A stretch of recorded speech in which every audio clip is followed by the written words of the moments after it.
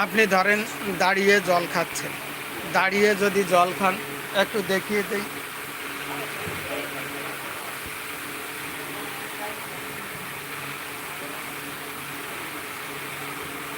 দাঁড়িয়ে যদি আপনি জল খান তাহলে আপনি খাবেন কিভাবে?